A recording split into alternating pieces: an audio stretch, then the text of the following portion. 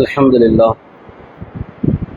إن الحمد لله نحمده ونستعينه ونستغفره ونعوذ بالله من شرور أنفسنا ومن سيئات أعمالنا من يهده الله فلا مضل له ومن يضلله فلا هادي له أشهد أن لا إله إلا الله وأشهد أن محمدا عبده ورسوله أما بعد فقد قال الله تعالى في القرآن العظيم وفي الفرقان المجيد أعوذ بالله من الشيطان الرجيم بسم الله الرحمن الرحيم يا أيها الناس اتقوا ربكم الذي خلقكم من نفس واحدة وخلق منها زوجها وبث منهما رجالا كثيرا ونساء واتقوا الله الذي تساءلون به والأرحام إن الله كان عليكم رقيبا وقال الله تعالى يا أيها الذين آمنوا اتقوا الله حق تقاته ولا تموتن إلا وأنتم مسلمون وقال الله تعالى يا أيها الذين آمنوا اتقوا الله قولوا قولا سديدا يصلح لكم أعمالكم ويغفر لكم ذنوبكم ومن يطع الله ورسوله فقد فاز فوزا عظيما وقال نبينا صلى الله عليه وسلم إن أصدق الحديث كتاب الله وأحسن الهدي هدي محمد صلى الله عليه وسلم وشر الأمور محدثاتها وكل محدثة بدعة وكل بدعة ضلالة وكل ضلالة في النار رب اشرح لي صدري ويسر لي أمري واحلل عقدة من لساني يفقهوا قولي அளவற்ற அருளாளனும் நிகரில்லா அன்பாளனுமாகிய எல்லாம் அல்ல அல்லாஹ்வுக்கே புகழ் அனைத்தும் உரித்தாகட்டுமாக. அல்லாஹுவின் சாந்தியும் சமாதானமும் நபிகள் நாயகம் ஸல்லல்லாஹு அலைஹி வஸல்லம் அவர்கள் மீதும் அவர்களுடைய குடும்பத்தார்கள் மீதும் அவர்களுடைய வாழ்க்கையை பின்பற்றி வாழ்ந்த சஹாபாக்கள் மீதும் தாபிஈன்கள் மீதும் தபா தாபிஈன்கள் மீதும் இந்த ஜும்ஆவினுடைய வணக்கத்தினை நிறைவேற்றுவதற்காக வந்திருக்கிற நம் அனைவரின் மீதும் என்றென்றும் நிலவட்டுமாக. கண்ணியத்திற்குரிய எல்லாம் வல்ல அல்லாஹுவின் நல்லடியார்களே, தமிழ்நாடு தௌஹீத் ஜமாஅத் திருவாரூர் தெற்கு மாவட்டத்தின் சார்பாக கடந்த மாதத்திலிருந்து 2 மாத காலத்திற்கு இணை வைப்புக்கு எதிரான பிரச்சாரத்தை மக்களிடத்துல கொண்டு செல்ல வேண்டும் என்கிற அடிப்படையில் தொடர்ச்சியாக 2 மாத காலம் இணை வைப்பை பற்றிய தகவல்கள், இணை வைப்பை பற்றிய செய்திகளைத்தான் நாம எல்லா உரைகளிலும் செயல்படுத்திக் கொண்டு இருக்கிறோம். அதே தருணத்துல இணை வைப்பு என்பது எவ்வளவு பெரிய ஒரு மாபாதகமான செயல் என்பதையும், இணை வைத்தலுடைய காரியங்கள் எதுவெல்லாம் இருக்கிறது என்பதையும் பல இடங்களில் பல உரைகளில் நாம செவிமடுத்திருந்தாலும் கூட இந்த இணை வைக்கக்கூடிய காரியத்தினுடைய அடிப்படை எதுவாக இருக்கிறது என்பதனையும் நாம அறிந்து கொள்ள வேண்டும். ஒவ்வொரு காரியமாக இதுவெல்லாம் இணை வைத்தலுடைய காரியம் என்று சொல்லி ஒவ்வொரு காரியமாக சொல்லப்பட்டாலும் எல்லா காரியங்களும் எந்தெந்த செயல்பாடுகளுக்குள் அடங்கி இருக்கிறது, அதனுடைய அடிப்படை எதுவாக இருக்கிறது, எந்த காரியங்கள் எல்லாம் இணை வைப்பாக நாம் சொல்லிக் கொண்டிருக்கிறோம் என்பதையெல்லாம் நாம தெளிவாக விளங்கிக் கொள்ள வேண்டும். உரைகள்ல நம்ம பார்க்கிறோம், ஒவ்வொரு உரைகள் நடத்தப்படுகிற பொழுது தர்காக்களுக்கு செல்வது இணை வைப்பு, மௌலூத் ஓதுறது இணை வைப்பு, இப்படி ஒரு சில செயல்பாடுகளை சொல்வதை தாண்டி அல்லாஹுவை எந்த அடிப்படையில் நாம் புரிந்து கொண்டால் இந்த இணை வைப்பில் இருந்து விலகிக் கொள்ளலாம், அல்லாஹுடைய விஷயத்துல எந்தெந்த காரியத்தை செய்தால் அதுல எல்லாம் இணை வைப்பு இருக்கிறது என்கிற அடிப்படையை முதல்ல நாம தெரிந்து கொள்ள வேண்டும். இப்ப அல்லாஹ்வுடைய விஷயத்துல எதுவெல்லாம் இணை வைப்புடைய செயல்பாடுகளில் மனிதனை கொண்டு போய் சேர்க்கும் அப்படின்னு சொன்னால் அதை ஒரு 3 பாகங்களாக பிரிக்கலாம். மனிதன் எவ்வளவு செயல்பாடுகளை செய்தாலும் அத்தனை செயல்பாடுகளும் அந்த 3 விஷயத்திற்குள்ளதான் அடங்கும். ஒண்ணு, அல்லாஹ்வுக்கு செய்யக்கூடிய வணக்கங்கள். வணக்கம் என்ற எதை நாம் செய்தாலும் அதை அல்லாஹ்வை தவிர்த்து வேறு யாருக்கு செய்தாலும் அது இணை வைப்புதான். அதே போன்று அல்லாஹ்வுடைய அதிகாரம் இருக்கிறது. அல்லாஹ்வுடைய அதிகாரத்துல அவனுக்கு நிகராக அந்த அதிகாரம் வேறு யாருக்காவது இருக்கிறது என்று நாம செயல்பாடை கொண்டு போய் சேர்த்தோம் என்று சொன்னால் அதுவும் இணை வைப்பாகத்தான் இருக்கிறது. அதே போன்று இறைவனுக்கு இருக்கிற பண்புகள், அல்லாஹ்வுடைய பண்புகள், அல்லாஹ்வுக்கு இருக்கிற தனித்தன்மைகள் அவனை போன்றே மனிதர்களுக்கு இருக்கிறது என்று நாம நம்பிக்கை கொண்டால், அந்த எண்ணத்தில் நம்முடைய செயல்பாடுகளை நாம் அமைத்தால் அதை நம்மளை கொண்டு போய் இணை வைப்புல சேர்க்கிறோம். இப்ப என்ன காரியம் செய்தாலும் இந்த 3 அடிப்படையில் என்ன செஞ்சிடும், அல்லாஹ்வுக்கு இணை வைக்கக்கூடிய இடத்துல நம்மளை கொண்டு போய் சேர்க்கும். அப்ப இதை நாம என்ன செய்யணும், தெளிவாக புரிந்து கொள்ள வேண்டும். எப்படி புரிந்து கொள்வது? இப்ப இறைவன் திருமறையில எல்லா விஷயத்தையும் என்ன செய்யறான், நமக்கு தெளிவுபடுத்துகிறான். அப்படி தெளிவுபடுத்துறதுல அல்லாஹ்வுடைய ஆற்றல் இருக்குல்ல, இறைவன் என்று சொன்னால் அவனுக்கான தனி பண்புகள் இருக்கிறது, அவனுக்கு என்று சொல்லி தனியாக தனித்தன்மைகள் இருக்கிறது என்று குர்ஆன் பல இடங்கள்ல சொல்லுகிறது. அல்லாஹ் சொல்லும் பொழுது லைஸ கமிஸ்லிஹி ஷைஉன், என்னை போன்றே யாரும் கிடையாது அப்படிங்கிறான். அதை சொல்லிவிட்டு இறைவன் சொல்லும் பொழுது வஹுவஸ் ஸமீஉல் பஸீர், அவன் பார்ப்பவனாகவும் கேட்பவனாகவும் இருக்கிறான் அப்படின்னு அல்லாஹ் ஒரு வசனத்துல சொல்றான். அப்ப இந்த வசனத்தை நம்ம பார்க்கும் பொழுது பொதுவாக மக்களுடைய எண்ணம் என்னவாகுது அப்படின்னா, அல்லாஹ் பார்க்கிறான் கேட்கிறான்னு சொன்னா மனிதர்களாகிய நாமும் பார்க்கதான செய்கிறோம், மனிதர்களாகிய நாமும் கேட்கதான செய்கிறோம். அப்ப அல்லாஹ்வுக்கும் நமக்கும் இருக்கிற பண்பு ஒரே மாதிரியாகத்தான் இருக்கிறது என்று இந்த வசனத்தை புரிந்து கொள்ளக்கூடியவர்கள் இருக்கிறார்கள். அப்ப இதை எப்படி நாம புரிந்து கொள்வது? இன்னொரு இடத்துல இறைவன் சொல்லி காட்டுகிறான், வலம் யகுல் லஹு குஃபுவன் அஹத், எனக்கு நிகராக யாரும் கிடையாது, அல்லாஹ்வை போன்று யாரும் கிடையாது, அல்லாஹ்வுக்கு நிகராக யாரும் கிடையாது என்று இறைவன் சொல்லுகிறான். இந்த விஷயத்தை நாம் எப்படி தெளிவாக புரிந்து கொள்ள முடியும்? மனிதர்களாக நாம பார்க்கிறோம், நம்ம கண் முன்னாடி பல விஷயங்கள் தென்படுகிறது, அதே மாதிரி பல நபர்கள் பேசுவதை நாம காது கொடுத்து கேட்கிறோம். இப்ப இறைவனும் பார்க்கிறான் கேட்கிறான், மனிதனும் பார்க்கிறான் கேட்கிறான்னு சொன்னா இதுல என்ன வித்தியாசத்தை நாம புரிந்து கொள்ள போகிறோம்? அப்ப இதுல எந்த வித்தியாசமுமே இல்லையே. அப்ப இந்த காரியம் மனிதர்கள் பார்க்கிறார்கள், அல்லாஹ்வும் பார்க்கிறான் என்பதை எவ்வாறு நாம புரிந்து கொள்ள வேண்டும் என்று சொன்னால்,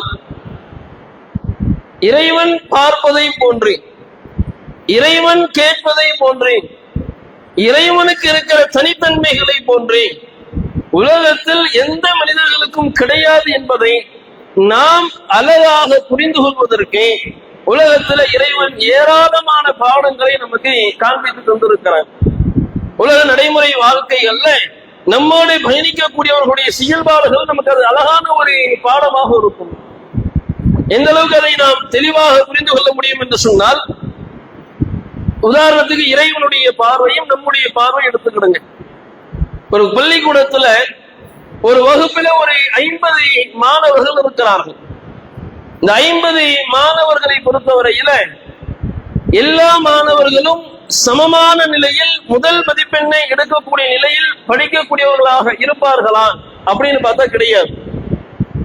ஒரு சில மாணவர்களுக்கு மாத்திரம் அந்த ஆற்றல், அந்த கல்வியை கற்றுக்கொள்ளக்கூடிய, அந்த கல்வியை புரிந்து கொள்ளக்கூடிய அல்லாஹ் அந்த தன்மையை சில மனிதர்களுக்கு தந்திருப்பான், சில மாணவர்களுக்கு இருக்கும்.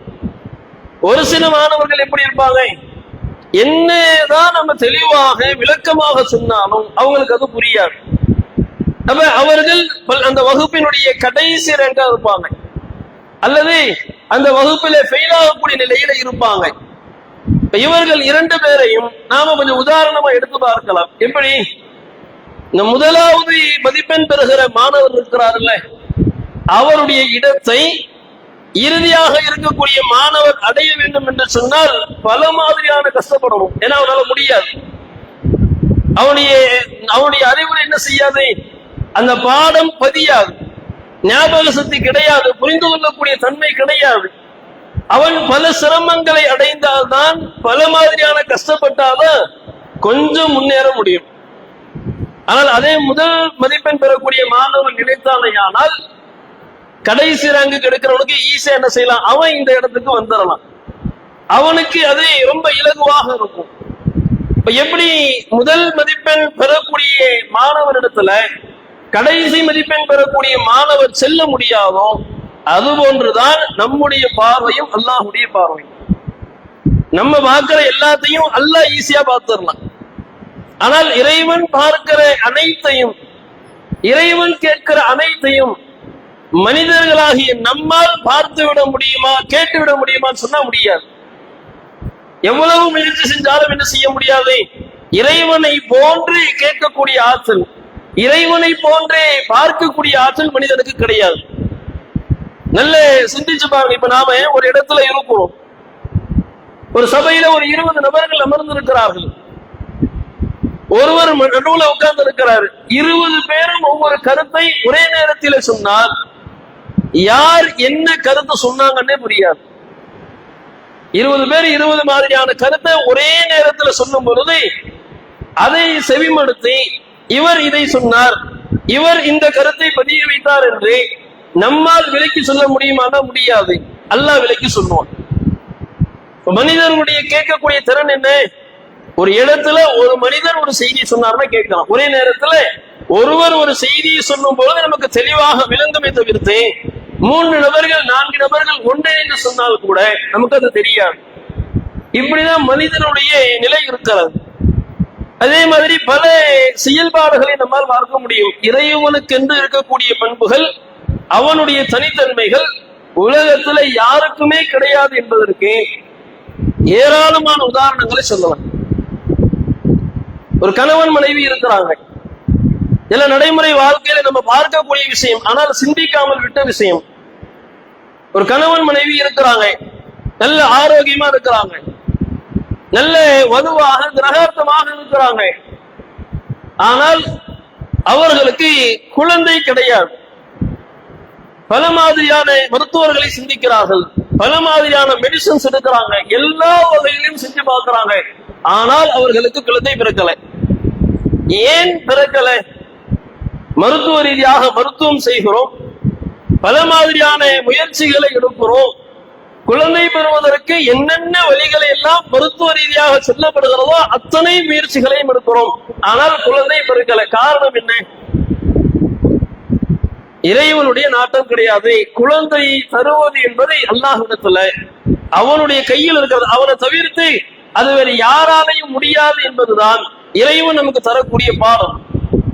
இன்னைக்கு உலகத்தில் எத்தனையோ பேர் அந்த மாதிரி நம்ம நிலைகள்ல பார்க்கிறோம்.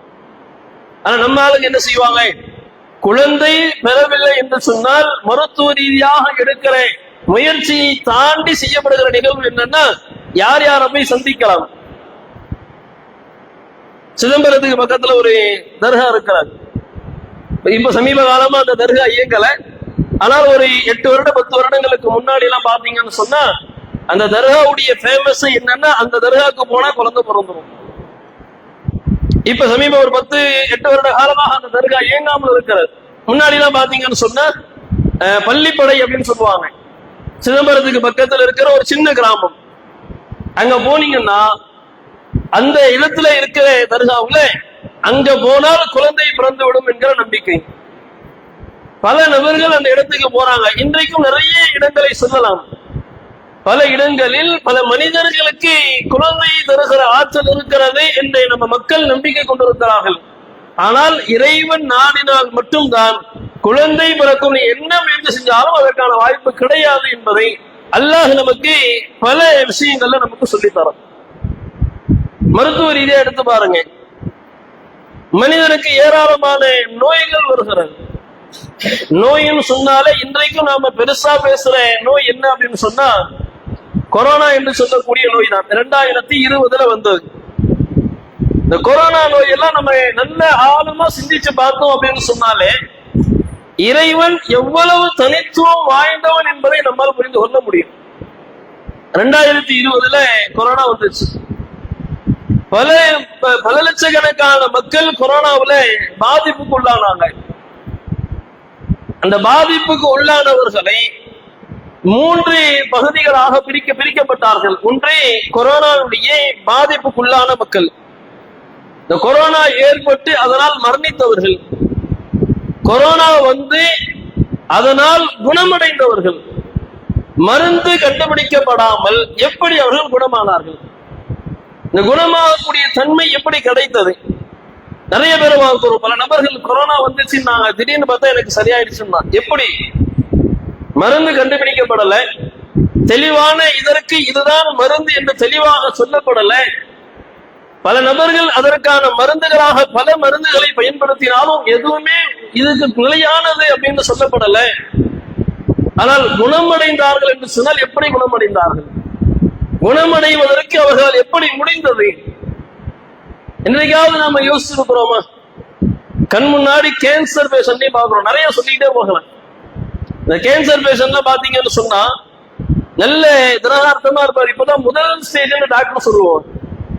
டாக்டர் சொல்லும் போது இதான் முதல் ஸ்டேஜ், நல்லா இருக்கிற ஒன்னும் பிரச்சனை இல்லை, சரி பண்ணிடலாம்மா, திடீர்னு பார்த்தா மூத்த போயிருவார். அதே கேன்சர் 4வது ஸ்டேஜ்ல இருப்பாங்க. டாக்டர் சொல்லுவாங்க பிழைக்கிறதே கஷ்டம்பாங்க.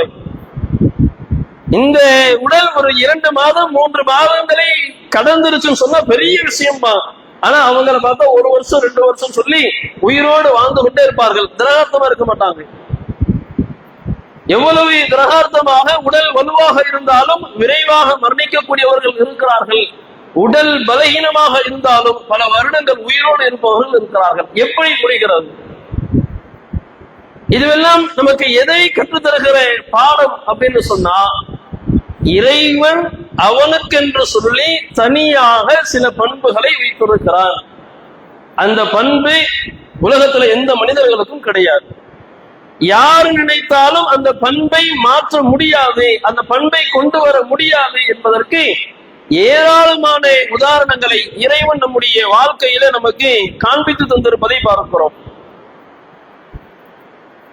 இப்ராஹிம் அலைஹிஸ்ஸலாம் அவர்கள் இணை வைப்பை அதிகமாக வேறறுக்க முயற்சி செய்த இப்ராஹிம் நபியினுடைய ஒரு வாசகத்தை பாருங்க, குர்ஆன்ல அல்லாஹ் சொல்லி காட்டுவான். இன்றைக்கு நம்ம இஸ்லாமிய சமூகத்தில் இருக்கிற மனிதர்கள் அதிகம் தடம் புரண்டு சொல்வதற்கான காரணங்கள் எல்லாம் இந்த விஷயத்தில் இருக்கும், அடிப்படை விஷயமாக இருக்கிறது.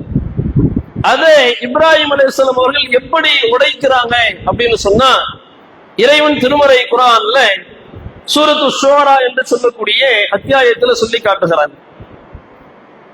அல்லதி ஹலகனி, அவன்தான் என்னை படைத்தான், ஃபஹுவ யஹ்தி, அவன்தான் எனக்கு நேர் வழி காட்டினான்.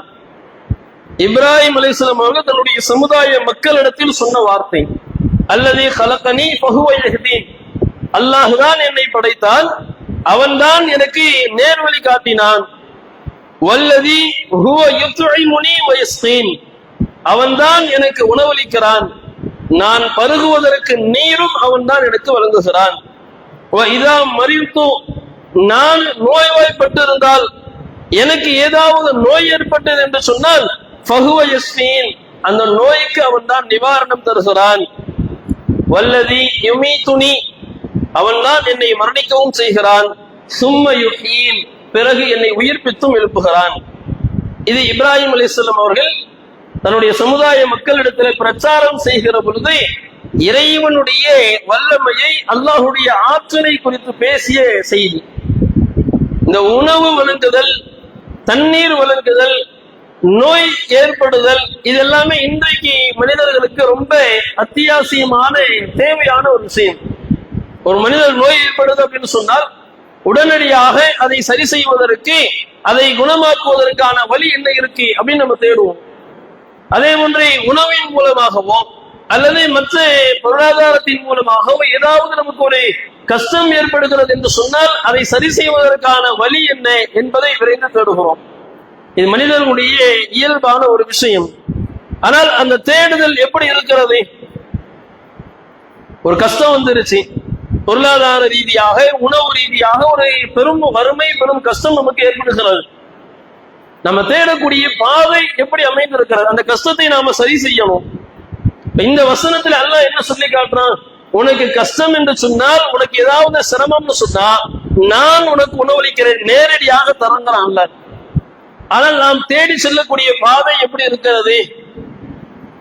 உடனடியாக இந்த கஷ்டம் நமக்கு தீர்க்கப்பட வேண்டும் என்றால், இதே உலகத்துல நமக்கு உதவி செய்யறவங்க யார் இருக்கிறார்? ஒரு பொருளாதார ரீதியாக ஒரு கஷ்டம் ஏற்படுகிற பொழுது உலகத்திலே அதை யார் நமக்கு சரி செய்வா? யார்கிட்ட போய் கேட்டா அந்த பிரச்சனை உடனடியாக சரியாகும் என்று பார்க்கிறோம்.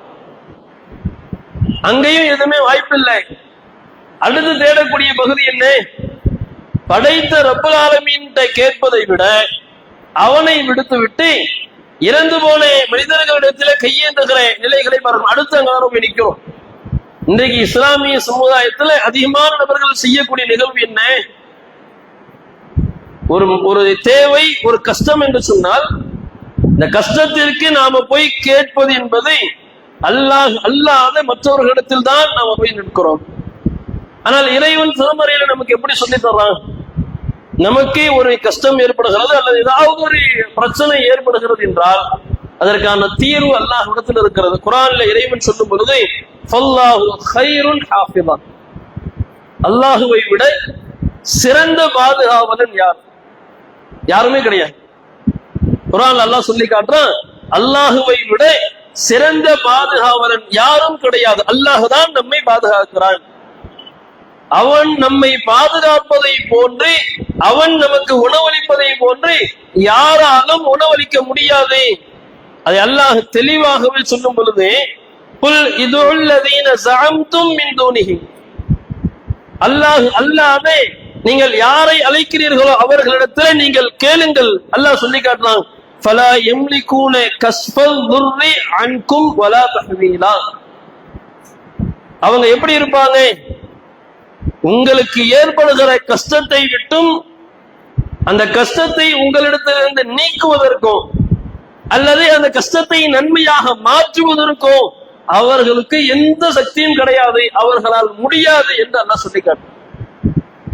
யார்கிட்ட போய் கேட்கிறீங்களோ, உங்களுக்கு ஒரு கஷ்டம் ஏற்படுகிறது என்று சொன்னால் இந்த கஷ்டத்திற்காக நீங்கள் யார்கிட்டெல்லாம் போய் கேட்கிறீங்களோ, அல்லாஹ்வை அடைத்து நீங்கள் யாரை கேட்டாலும் அவங்களால உங்களுடைய கஷ்டத்தை நீக்க முடியாது, அந்த கஷ்டத்தை உங்களுக்கு அவர்களால் மாற்ற முடியாது என்று இறைவன் சொல்லுகிறார்.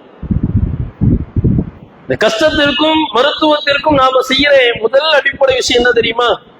ஏதாவது ஒரு கஷ்டம் ஏற்பட்டுடுச்சு அல்லது ஏதாவது ஒரு நோய் ஏற்பட்டு விட்டது, அதை சரி செய்வதற்கு உலக ரீதியாக நாம பல தேடல்களை செய்தாலும் நம்பிக்கை ரீதியாக நாம செய்யக்கூடிய ஒரு விஷயம் என்ன அப்படின்னா, இருக்கிறதுல நல்ல அஜரத்து மாதிரி யார்? அதுல குறிப்பா தாயத்து கட்டுற அஜரத்து மாதிரி யார்? அந்த தாயத்தை வாங்கி கட்டினால் நமக்கு கஷ்டம் போயிடும். அந்த அஜரத்துட்ட தாயத்து வாங்கி கையில கட்டிட்டோம் அப்படின்னு சொன்னா உள்ளத்துல இருக்கிற உடல்ல இருக்கிற நோய்கள் போய்விடும். இன்னைக்கு இப்படி நம்ம மக்கள் நம்புறாங்க. ஆனால் அல்லாஹுவின் தூதர் அவர்கள் சொன்னார்கள், மன் அல்லக தமீமத்தன் ஃபகத் அஷ்ரக, யார் தாயத்தை தொங்க விடுகிறாரோ அவர் தெளிவாக இணை வைத்து விட்டார். ரசூலுல்லாஹ் தெளிவா சொன்னாங்கல்ல. எதை அல்லாஹுடைய தூதர் அவர்கள் இணை வைப்புன்னு வெளிப்படையாக சொன்னார்களோ அப்படி வெளிப்படையாக சொல்லப்பட்ட இணை வைப்பின் காரியத்தை இன்றைக்கு நம்முடைய இஸ்லாமிய சமூகத்தில் இருக்கிற மக்கள் அதிகம் செய்து கொண்டிருக்கிறார்கள். ஏன் அப்படியான நிலைமை? அல்லாஹுவை தெளிவாக புரிந்து கொள்ளல. அல்லாஹுக்கு இருக்கிற ஆற்றல் அவனுக்கு இருப்பதை போன்று அணு அளவு கூட யாருக்கும் இருக்காது என்கிற புரிதல் இல்லாததன் வெளிப்பாடு. அடிப்படை நாம தெளிவாக புரிந்து கொள்ள வேண்டும். ஒரு விஷயம் என்ன அப்படின்னு சொன்னா, அல்லாஹ்வுக்கு இருக்கக்கூடிய பண்பு, அல்லாஹ்வுக்கு இருக்கக்கூடிய தனித்தன்மை அவனை போன்று உலகத்துல எந்த மனிதருக்கும் எந்த பொருட்களுக்கும் இருக்காது என்பதை உலகத்தில் பல சம்பவங்களின் மூலமாக இறைவன் நமக்கு பாடமாக ஏற்படுத்தி காட்டியிருக்கிறான். நாம எப்படி இருக்கணும் அப்படின்னு சொன்னால், இணை வைக்கக்கூடிய விஷயத்துல இதை நாம கவனிக்கணும். ஒரு காரியத்தை நாம செய்ய போகிறோம் என்றால் ஒரு விஷயத்தை நாம பேச போகிறோம் என்று சொன்னால் இந்த செயல்பாடு, இந்த வார்த்தை அல்லாஹுடைய பண்பை இடிக்கிறதா, அல்லாஹுடைய பண்பை சேதப்படுத்துகிற அடிப்படையில் அந்த வாக்கியங்கள், அந்த செயல்பாடுகள் அமைந்திருக்கிறதா? அப்படியானால் அல்லாஹுடைய பண்போடு அந்த வார்த்தை மோதுமையானால், அல்லாஹுடைய பண்புகளோடு அந்த செயல்பாடு மோதுமை என்று சொன்னால் நாம அல்லாஹுக்கு இணை வைக்கக்கூடிய காரியத்தை செய்கிறோம். அதுல இருந்து நாம விளைகிறோம். இதை கவனிச்சு பாருங்க. எந்த காரியத்தை செஞ்சாலும் சரி, ஒரு தாயத்து கட்டுறோம், தாயத்தின் மீது நாம் வைக்கக்கூடிய நம்பிக்கை என்ன? இதை கட்டினால் பயம் போயிடும், நோய் நேர்ந்துரும். ஆனால் அல்லாஹ் குர்ஆன்ல சொல்லி காட்டுறான், நோயை நேர்ப்பது என்னுடைய கையில் இருக்குது, நோய்க்கு நிவாரணம் நான் தருகிறேன் அல்லாஹ் குர்ஆன்ல. அப்ப அல்லாஹுடைய பண்பை நோய்க்கு நிவாரணம் தருவதுன்னு சொன்னா அந்த நம்பிக்கையை தாயத்தின் மீது நாம் வைக்கிறோமே, அப்ப அல்லாஹுவோடு இந்த தாயத்தை கொண்டு போய் வைக்கிறோம். அந்த காரியம் அல்லாஹுக்கு இணை வைக்கக்கூடிய காரியம். அதே போன்று நமக்கு ஏற்படுகிற கஷ்டம், அல்லாத மற்றவர்களிடத்துல அதற்கான வழியை தேடுகிறோம் என்று சொன்னால் கவனிச்சு பார்த்துக்கிறேங்க, சிந்திச்சு பார்க்கணும். நோய், அந்த கஷ்டத்தை நீக்கக்கூடியவன் அல்லாஹ். அல்லாஹுவை விட என்னை பாதுகாக்கக்கூடியவன் யாரும் கிடையாது. அப்ப அல்லாத மற்றவர்களிடத்துல என்னுடைய கஷ்டத்திற்கான வழியை நான் தேடுகிறேன் என்று சொன்னால், மற்றவர்களிடத்துல நான் கையேந்துகிறேன் என்று சொன்னால், நான் அல்லாஹுடைய பண்போடு நேரடியாக மோதுகிறேன், அல்லாஹுக்கு இணை வைக்கக்கூடிய காரியத்தை செய்கிறேன். இப்படி ஒவ்வொரு காரியத்தை நாம் செய்கிற பொழுதும் நம்முடைய சிந்தனை அல்லாஹுடைய இணை வைப்பு காரியம் அதில் இடம்பெறுகிறதா இல்லையா என்பதை நாம கவனித்து செய்யக்கூடியவர்களாக இருந்தோமேயானால் இந்த உலக வாழ்க்கையை வாழ்கிற பொழுது அல்லாஹுக்கு இணை வைக்காதவர்களாக வாழ்ந்தால்தான் நாளை மறுமையில் இறைவனுடைய நாட்டத்தால் வெற்றி பெற முடியும். அப்படி வெற்றி பெறுகிற பாக்கியத்தை வல்ல இறைவன் நம் அனைவருக்கும் தந்து புரிவானாக என்கிற பிரார்த்தனையோடு எனது முதல் உரையை நான் நிறைவு செய்கிறேன். வாஹிரு தஅவானா அல்ஹம்துலில்லாஹி ரப்பில் ஆலமீன். அஸ்ஸலாமு அலைக்கும் வரஹ்மத்துல்லாஹி வபரகாத்துஹு.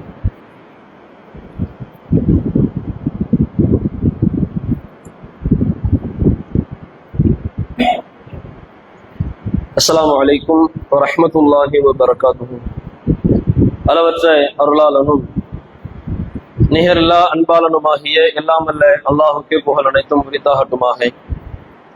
கண்ணியத்திற்குரிய எல்லாம் அல்ல அல்லாஹுவின் நல்லடியார்களே, இந்த ஜும்மாவினுடைய முதல் உரையில் அல்லாஹுக்கு இணை வைக்கக்கூடிய காரியங்களில் அல்லாஹுக்கு அவனுடைய தனித்தன்மைகள், பண்புகளில் யாரெல்லாம் உரசி பார்க்கக்கூடிய அடிப்படையில் நம்முடைய செயல்பாடுகளை அமைத்துக் கொள்கிறோமோ அவைகள் அனைத்தும் அல்லாஹுக்கு செய்யக்கூடிய இணை வைப்புகள் தான் என்பதனை நாம இந்த ஜும்மாவுடைய முதல் உரையில பார்த்திருக்கிறோம்.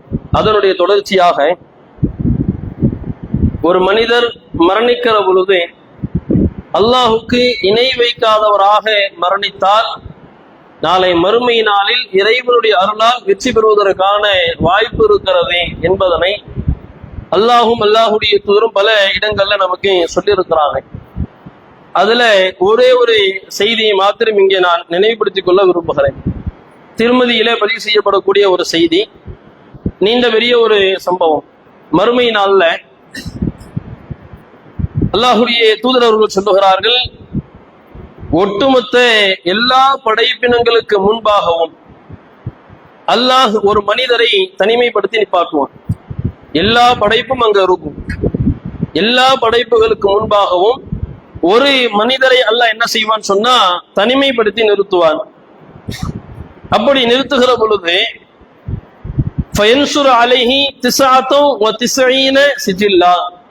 அந்த மனிதரிடத்துல 99 புத்தகங்கள் கொடுக்கப்படும், ஏடுகள் என்ன செய்யப்படும், அந்த மனிதரிடத்துல கொடுக்கப்படும்.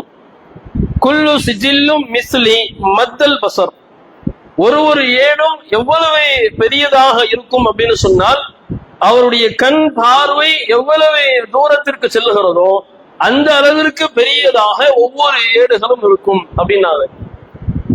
சொல்லிட்டு அல்லாஹ்வுடைய தூதர் அவர்கள் சொல்லுகிறார்கள், அந்த மனிதர் என்ன செய்கிறார் அப்படின்னு சொன்னா இந்த 99 ஏடுகளையும் அந்த மனிதர் படிக்கிறார். படித்ததற்கு பிறகு இறைவன் அந்த மனிதரிடத்துல கேட்கிறான், அத்துன்கிரு மின் ஹாதா ஷைஅன், இந்த எழுதப்பட்டிருக்கிற உன்னுடைய செய்திகள்ல எதையாவது நீ மறுக்கிறியா?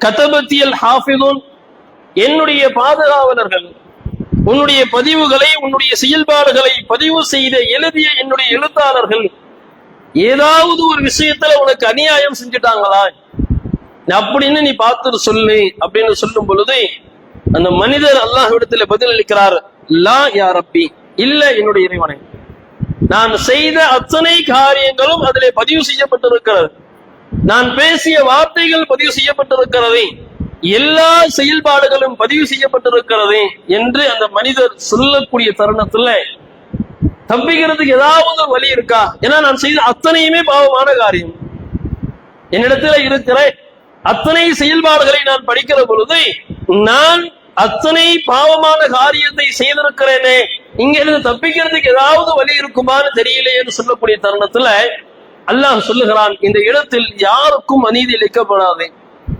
உன்கிட்ட எப்படி பாவங்கள் இவ்வளவு இருக்குதுன்னு சொல்றியோ அது மாதிரி உன்கிட்ட ஒரே ஒரு நன்மை இருக்கிறது, இந்த ஹசனத்தும், ஒரே ஒரு நன்மை என்ன செய்யுது உன்னிடத்துல இருக்கிறது, அந்த நன்மையை ஏற்ற எடுங்கிறாங்க.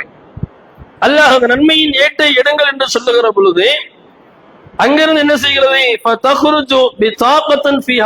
ஒரு சிறிய ஏடு, ஒரு விசிட்டிங் கார்டு மாதிரி ஒரு ஏடு என்ன செய்யுது, வெளியில ஒரு துண்டு பேப்பர் வெளியில வருது. அந்த மனிதர் பார்க்கிறார், 99 புத்தகங்கள் நான் செய்த பாவத்தினுடைய காரியம், ஒரே ஒரு பேப்பர், சின்ன பேப்பர் நான் செஞ்ச நன்மையான காரியம், இத ரெண்டை எடை போட்டு என்ன செய்யறது? இறைவன் சொல்லுகிறான், இங்கு யாருக்கும் எதற்கும் அநியாயம் இழைக்கப்படாது என்று சொல்லி அந்த இரண்டையும் எடை போடுகிற பொழுது 99 புத்தகங்களுடைய பாவங்கள் சுக்குநூறாக்கப்படுகிறது. அந்த ஒரு துண்டு பேப்பருடைய கனம், நன்மையுடைய கனம் அதிகமாக இருக்கிறது. ஏன் அது அவ்வளவு அதிக கனமாக இருந்தது அப்படின்னு சொன்னால், அந்த பேப்பரில் எழுதப்பட்ட வாசகம் என்ன அப்படின்னு சொன்னா, அஷ்ஹது அல்லா இலாஹா இல்லல்லாஹ் வ அஷ்ஹது அன்ன முஹம்மதன் அப்துஹு வ ரசூலுஹு, வணக்கத்திற்குரியவன் அல்லாஹ் ஒருவன் தான் என்பதையும், இந்த முஹம்மது அல்லாஹ்வுடைய தூதர், அவருடைய உண்மையான அடியார் என்பதையும் உறுதியாக நான் சாட்சி சொல்லுகிறேன். இந்த ஒரு வாசகம் அந்த துண்டு சீட்டில் இருந்தது. இவர் வாழுகிற பொழுது பல பாவங்களை செய்திருக்கிறார், ஆனால் அல்லாஹ்வுக்கு இணை வைக்காமல் இருந்திருக்கிறார். அந்த இணை வைக்காமல் இருந்து இந்த கலிமாவினுடைய, இந்த வார்த்தையினுடைய நன்மைகள் அவர் செய்த அத்தனை பாவங்களையும் அளித்தது என்பதை அல்லாஹ்வுடைய தூதர் அவர்கள் சொல்லி காட்டுறாங்க. இந்த சம்பவத்திலிருந்து நாம புரிந்து கொள்ள வேண்டிய ஒரு விஷயம் என்ன அப்படின்னு சொன்னா, என்ன பாவத்தை செய்திருந்தாலும் அல்லாஹ்வுக்கு இணை வைக்காமல் நாம மரணித்தோம் என்று சொன்னால், இறைவன் நாடினால் அவருடைய அருள் கிடைத்தால் நாமும் அங்கே வெற்றியாளராக மாறலாம் என்பதனை இந்த வரலாற்று செய்திகளிலிருந்து நம்மால் புரிந்து கொள்ள முடியும். அந்த அடிப்படையில் நாளை மறுமையில் நாம் வெற்றியாளராக இறைவனை சந்திக்க வேண்டும் என்று சொன்னால், எந்த வகையிலும் அல்லாஹ்வுக்கு இணை வைக்காதவராக வாழ்ந்து இணை வைக்காதவராக மரணிக்கக்கூடியவராக இருக்கணும். அப்படிப்பட்ட பாக்கியத்தை உள்ள இறைவன் நம் அனைவருக்கும் தந்தல் புரிவானாக என்ற பிரார்த்தனையோடு எனது இந்த உரையை நிறைவு செய்கிறேன். வாஹிரு தஅவானா அல்ஹம்துலில்லாஹி ரப்பில் ஆலமீன். அஸ்ஸலாமு அலைக்கும் வரஹ்மத்துல்லாஹி வபரகாத்துஹு.